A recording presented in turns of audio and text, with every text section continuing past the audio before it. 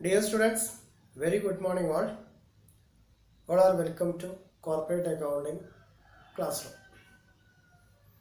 Last class, Consolidated Financial Statements എന്താണെന്നും അതിൻ്റെ introduction part നമ്മൾ ഓൾറെഡി ഡിസ്കസ് ചെയ്ത് കഴിഞ്ഞു. അതായത് നോൺ കൺട്രോളിങ് ഇൻട്രസ്റ്റ് എങ്ങനെ കാൽക്കുലേറ്റ് ചെയ്യാം എന്നുള്ളതാണ് നമ്മൾ ലാസ്റ്റ് ക്ലാസ്സിൽ എൻഡ് ചെയ്തിട്ടുള്ളത്. ഇനി നമുക്ക് ഗുഡ്വിൽ എങ്ങനെ കാൽക്കുലേറ്റ് ചെയ്യാം, എപ്പോഴാണ് ഗുഡ്വിൽ അറൈസ് ചെയ്യുന്നത്, കൺസോളിഡേറ്റഡ് ഫിനാൻഷ്യൽ സ്റ്റേറ്റ്മെൻറ്റ് പ്രിപ്പയർ ചെയ്യുമ്പോൾ എപ്പോഴാണ് ഗുഡ്വിൽ ജനറേറ്റ് ചെയ്യുന്നത്, എങ്ങനെയാണ് ഗുഡ്വിൽ എമൗണ്ട് കാൽക്കുലേറ്റ് ചെയ്യുക എന്നുള്ളതാണ് ഇന്നത്തെ വീഡിയോയിൽ നമ്മൾ ചർച്ച ചെയ്യുന്നത്. നമുക്ക് നോക്കാം എന്താണ് ഗുഡ്വിൽ, എങ്ങനെയാണ് ഗുഡ്വിൽ ജനറേറ്റ് ചെയ്യുന്നത്.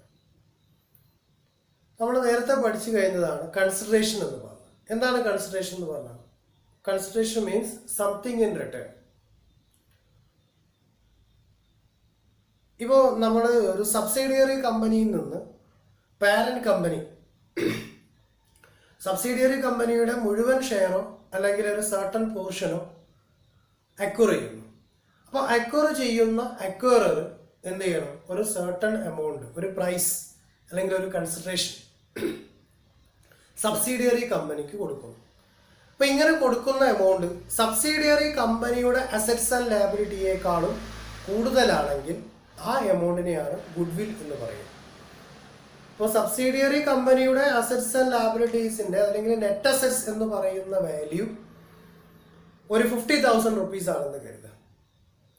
ദെൻ ആ സബ്സിഡിയറി കമ്പനിയുടെ അസറ്റ്സ് ആൻഡ് ലയബിലിറ്റി അക്വയർ ചെയ്യാൻ വേണ്ടിയിട്ട് ഒരു 70,000 റുപ്പീസ് കൺസിഡറേഷനായിട്ട് കൊടുത്തു.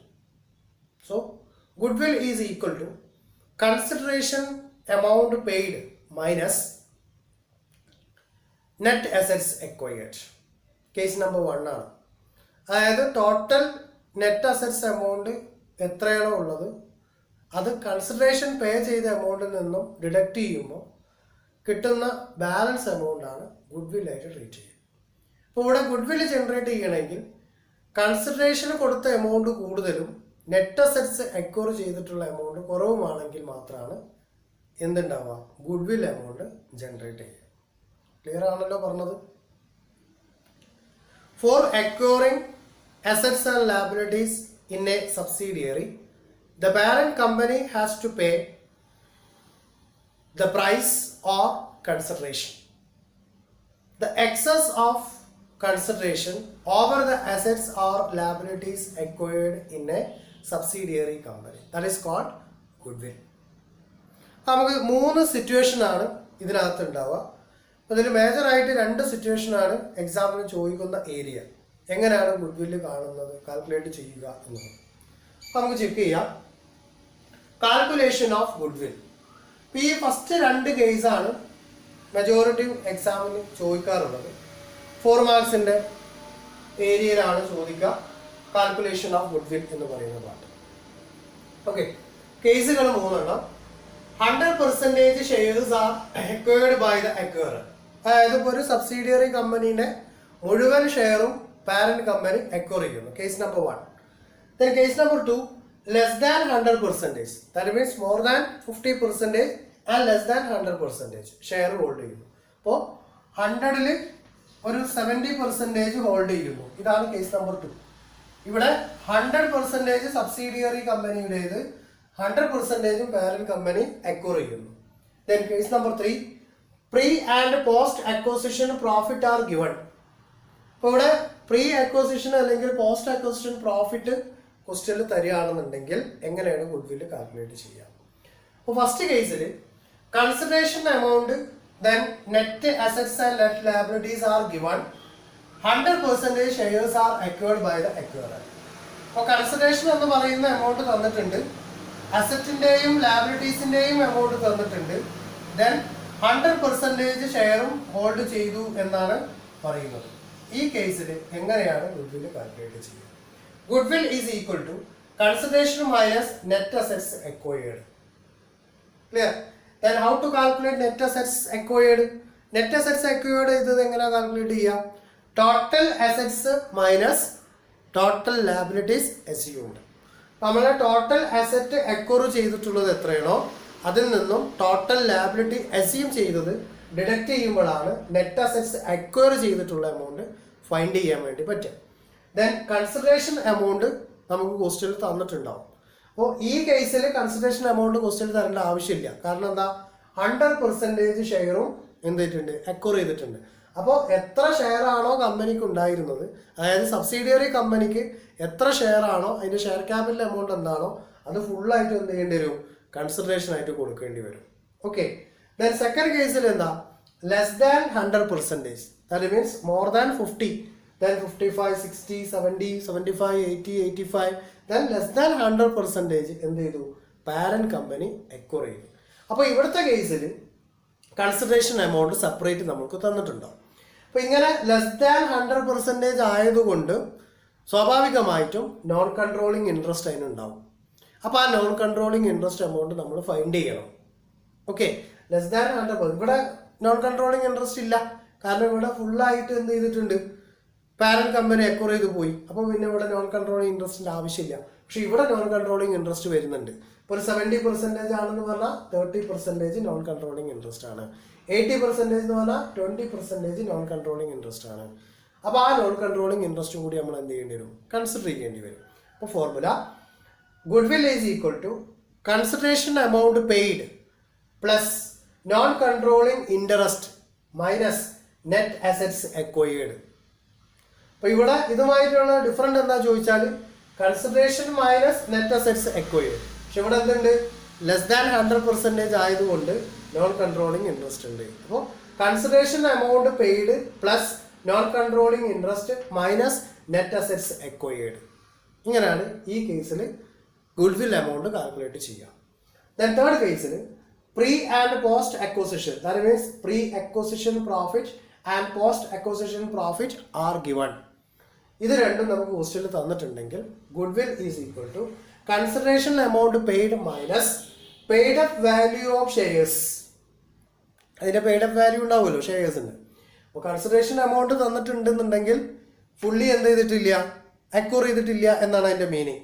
അപ്പോൾ paid up value of shares plus pre acquisition profit, pre acquisition profit എമൗണ്ടും കൂടി ആഡ് ചെയ്യുക എന്ന് പറഞ്ഞാൽ കൺസിഡറേഷൻ എമൗണ്ടിൽ നിന്ന് ഈ രണ്ട് ഫാക്ടർ കൂടി എന്ത് ചെയ്യുക, മൈനസ് ചെയ്യുക. ഇത് രണ്ടും കൂടി കൂട്ടിയിട്ട് കൺസിഡറേഷൻ എമൗണ്ടിൽ നിന്ന് മൈനസ് ചെയ്താൽ കിട്ടുന്നതാണ് ഗുഡ്വിൽ എന്ന് പറയുന്നത്.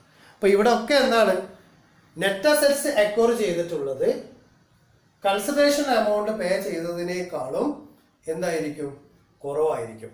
അപ്പോഴാണ് ഗുഡ്വിൽ ജനറേറ്റ് ചെയ്യുക. അപ്പോൾ കൺസിഡറേഷൻ എമൗണ്ട് കൂടുതൽ കൊടുക്കുകയും നെറ്റ് അസറ്റ്സ് അക്വയർ ചെയ്തതിൻ്റെ വോളിയം കുറവാകുമ്പോഴാണ് എന്ത് ജനറേറ്റ് ചെയ്യുന്നത്, ഗുഡ്വില് ജനറേറ്റ് ചെയ്യുന്നത്. അപ്പോൾ ഈ 3 കേസിൽ ഫസ്റ്റ് 2 കേസസ് ആണ് എക്സാമിൽ അധികം ചോദിക്കാറുള്ളത്, calculation of goodwill in the case of consolidated financial statements.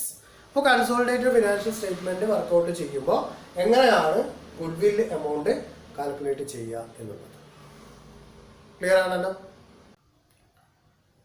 നമുക്ക് എക്സാമ്പിൾ ചെക്ക് ചെയ്യാം.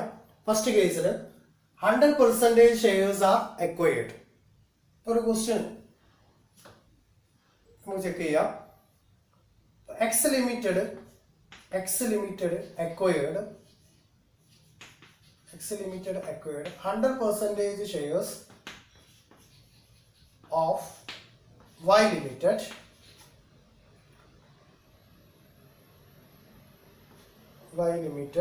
which has 20,000 shares of rupees 10 each at a market price rupees 12 each.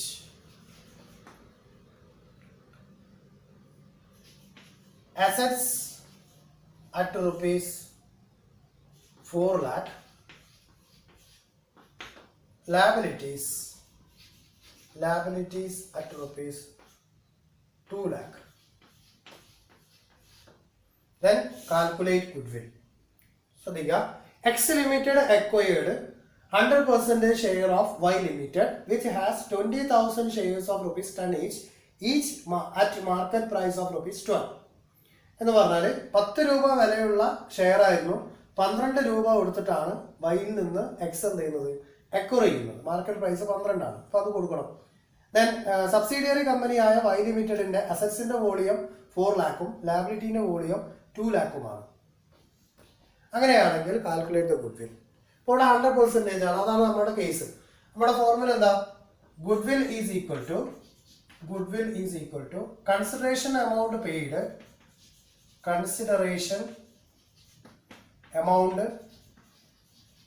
Paid minus net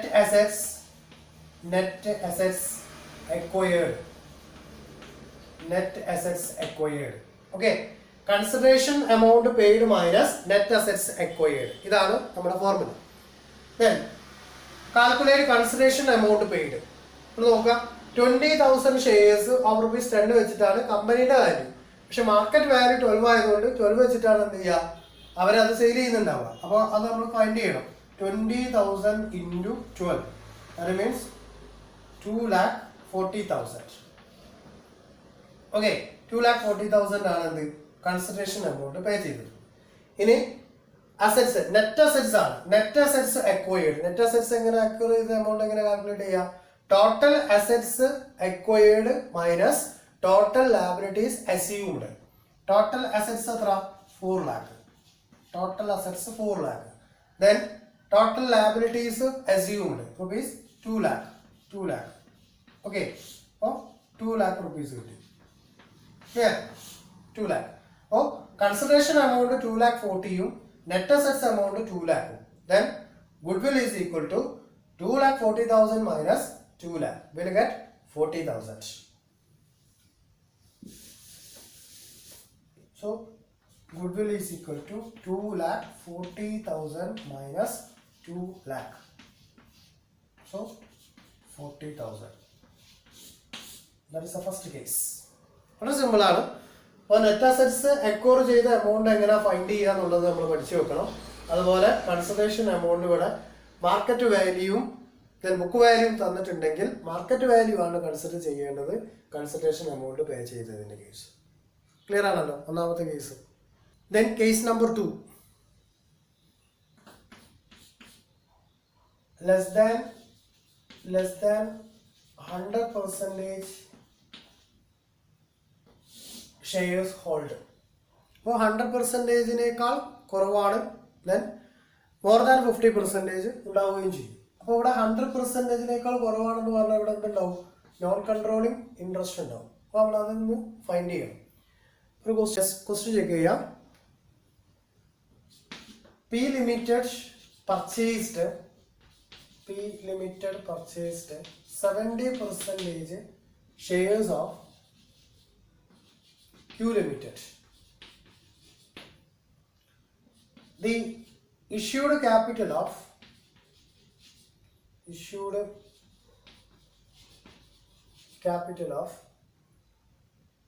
Q Limited 30,000 shares at ₹10 each. Consideration amount paid ₹1 lakh. Then identifiable assets and liabilities. Identifiable assets and liabilities rupees 2 lakh and 80,000 respectively. Then calculate the value of goodwill.